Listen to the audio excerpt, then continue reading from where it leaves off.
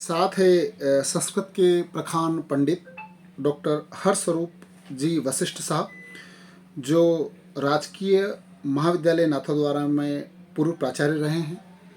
Sir, Sanskrit विषय आप किस दृष्टिकोण से देखते हैं? मधुरं मधुरेभ्योऽपि पावनेभ्योऽपि पावनम् मङ्गलं मङ्गलेभ्योऽपि हरेर्नामैव केवलम् निःश्वासेनैव विश्वासः कदा रुद्धो भविष्यति कीर्तनीयं मतो बाल्यात् हरेर्नामैव केवलम्। परमात्मा की असीम अनुकंपा से आदरणीय श्री मोदी जी एवं उनकी सहधर्मिणी श्रीमती रेखा जी मोदी, हमारे परम आत्मीय श्री मनोज जी और यहाँ उपस्थित समस्त विद्वज्जन एवं विदुषी वृंद, जैसा कि आपने प्रश्न किया उसके अनुसार मैं निवेदन करना चाहूंगा कि समाज में संस्कृत के विषय में जो लोगों की धारणा है वह इस रूप में है कि जैसे अन्य विषय होते हैं, हिंदी है, इंग्लिश है, पॉलिटिकल है, उसी प्रकार से एक संस्कृत भी विषय है, जबकि ऐसा नहीं है।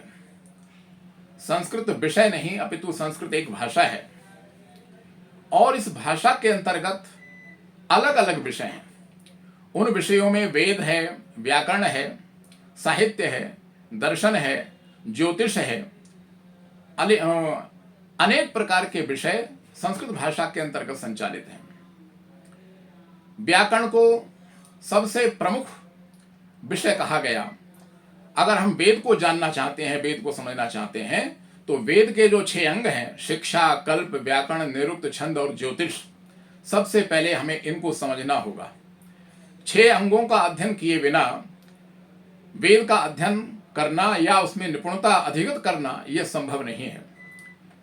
ये जो 6 अंग हैं वेद के, शिक्षा, कल्प, व्याकरण, निरुक्त, छंद और ज्योतिष, इन 6 अंगों में सबसे प्रमुख जो विषय है वह विषय है व्याकरण विषय।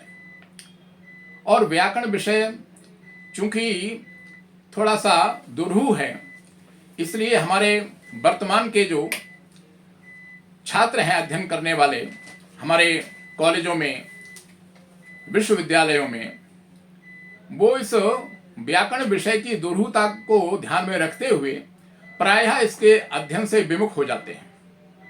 इसलिए आज के इस युग में आवश्यकता है कि हम व्याकरण जैसे विषयों को जिनको समाज में छात्र प्रायः एक दुरूहता के रूप में अनुभव करते हैं, ऐसे विषयों का आज सरलीकरण हो, इसकी आवश्यकता है।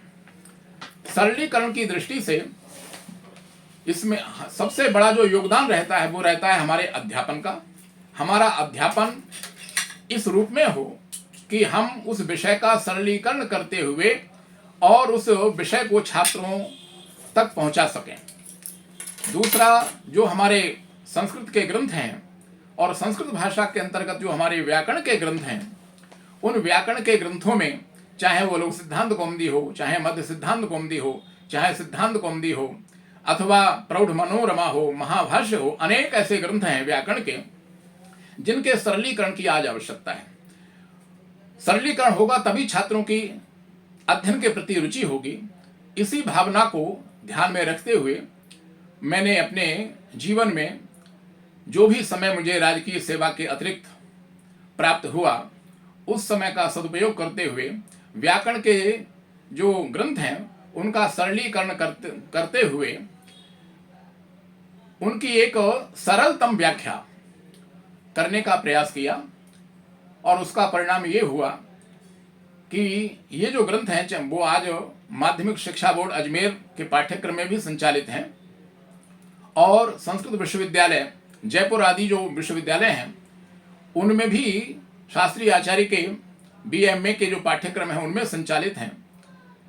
तो जो संस्कृत के अंतर्गत विषय हैं अनेक, उन विषयों में जो प्रमुख विषय है व्याकरण, उसका सरलीकरण करते हुए और उस विषय के प्रति जो छात्रों की रुचि है वो अधिक से अधिक हो सके और इन विषयों का प्रचार प्रसार हमारे समाज में हो सके, इस भावना को ध्यान में रखते हुए अनेक ग्रंथों का मैंने अपने जीवन में सरलीकरण की दृष्टि से उनका व्याख्यान किया, उनकी व्याख्या की, जो कि आज की तारीख में अनेक बोर्डों की परीक्षा में और अनेक विश्वविद्यालयों की परीक्षा में संचालित हैं।